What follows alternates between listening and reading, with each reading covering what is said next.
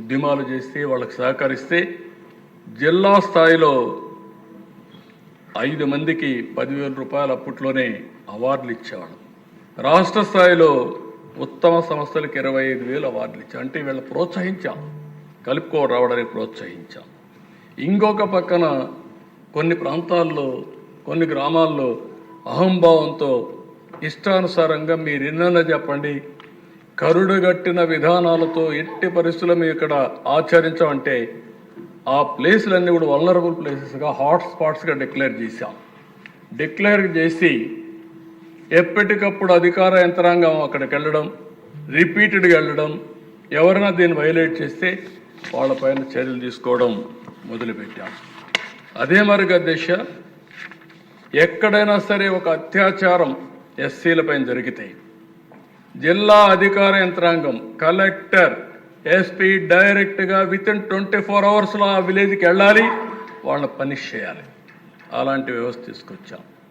అయితే ప్రజల్లో అపోహలు కలిగించడానికి కాదు, వాళ్ళలో మార్పు తేవడానికి. దీనిపైన పీస్ కమిటీలు వేసాం.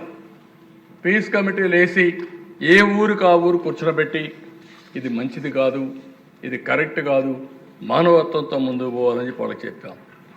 రెండోది, ఒక్కోసారి ఎస్సీల్లో డబ్బులు ఉండవు, చాలా ఇబ్బందులు ఉంటాయి, కోర్టు వాళ్ళు డబ్బులు ఉండవు అనే ఉద్దేశంతో ఫస్ట్ టైం ఎస్సీ అట్రాసిటీస్ పైన స్పెషల్ కోర్టులు పెట్టాం. అదే సమయంలో అడ్వకేట్ బెస్ట్ అడ్వకేట్స్ని పెట్టి వాళ్ళ కేసులన్నీ వాదించడానికి సహకరించాం. దీనికంతా గవర్నమెంటే డబ్బులు పెట్టుకున్నాం. ప్రతి నెల రిపోర్ట్లు తెప్పించేవాళ్ళం.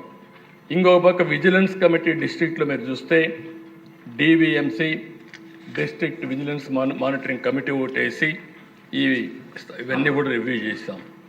మండల్ లెవెల్ కమిటీలు వేసాం.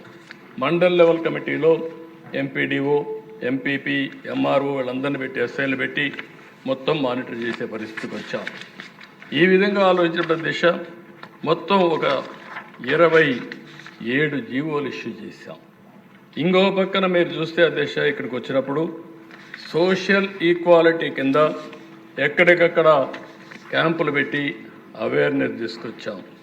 రాష్ట్ర స్థాయిలో ఒక నోడా ఆఫీసర్ని పెట్టి అతన్ని అన్ని జిల్లాలు తిప్పి ఇవన్నీ చేశాం. ఇంకొక పక్కన మీరు ఒకసారి చూస్తే రిలీఫ్, ఈరోజు ఎస్సీ అట్రాసిటీస్ పైన ఇచ్చే రిలీఫ్ ఆ రోజు జస్టిస్ పొన్నయ్య గారి కమిషన్ ఆధారంగా ఇచ్చిన డబ్బులు తప్ప, తర్వాత గవర్నమెంట్లో అటు పెంచాను తప్ప ఇవన్నీ ఇచ్చాం. అప్పట్లోనే 30,000 రూపాయలు, ఏదైనా ఇల్లు కొట్టేస్తే ఇల్లు కట్టేయాలి, ఎంప్లాయ్మెంట్ ఇవ్వాలి, ఉపాధి చూపించాలి, మళ్ళీ అదనంగా 30,000 రూపాయలు వాళ్ళకి ఆర్థిక సహాయం చేయమని చెప్పిన ప్రభుత్వం ఆ రోజు తెలుగుదేశం ప్రభుత్వం అని చెప్పి కూడా నేను తెలియజేస్తున్నాను. బరియల్ గ్రౌండ్స్ పోనీయకుండా చేసేవాళ్ళు.